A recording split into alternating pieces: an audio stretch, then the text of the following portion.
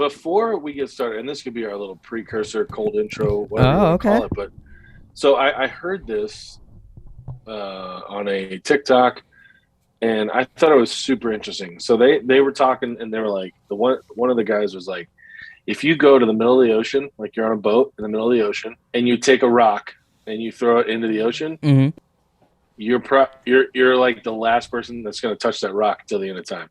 Yeah, you could go really dark with that. You could take a woman out to the ocean, drown her in the ocean. You're the last person to ever touch that woman. Yeah. Yeah. Pretty wild. Yeah, no one else ever will touch. Do you think there's anything that you've touched that no one else in the world is ever going to touch? I mean, my butthole.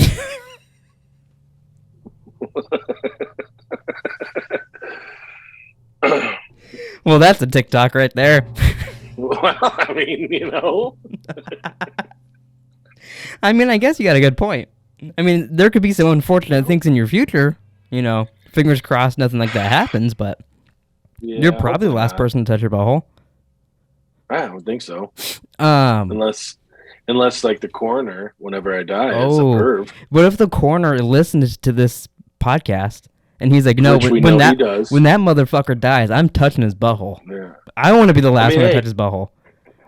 Nothing I could do about it. Would you be mad if you got to heaven and you saw a coroner just tickle your butthole or something, so then he was the last, on purpose, so that he was the last one to touch your butthole?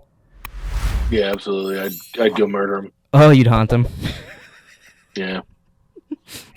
That sounds like the premise of such a bad horror movie. You're haunting the guy because he tickled your butthole while you were dead.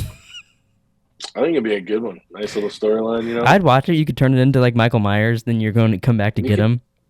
I mean, you could go so many different ways. Yeah, Baba Yaga. As the plot thickens, and then just shit starts coming out the dead body's asshole. Oh God.